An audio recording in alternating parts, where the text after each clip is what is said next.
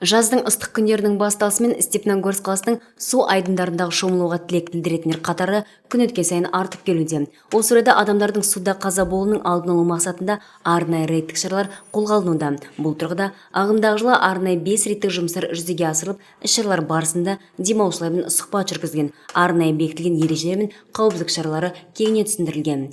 Степногорск қаласының төтенше жағдайлар басқармасы ескертеді.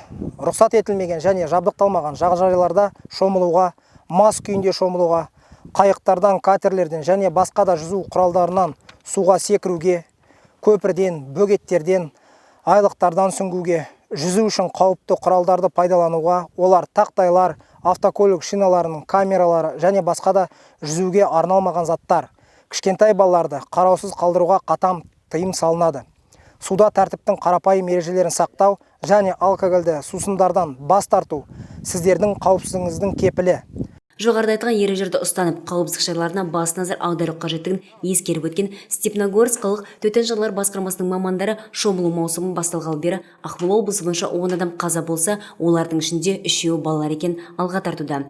Дәл осындай жайттардың алдын алу мақсатында апта ішінде өңірімізге қарасты су айдындарында арнайы белгілер орнатылған жайы бар. Ағымдағы жылдың 14 маусымы Степногорск қаласының төтенше жағдайлар басқармасы жергілікті атқарушы органдармен бірлесіп, Ақсу және Каменный карьер суға түсуге бейімделмеген аймақтарында суға түсуге тыйым салынған 10 белгілері қосымша дайындалып орнатылды.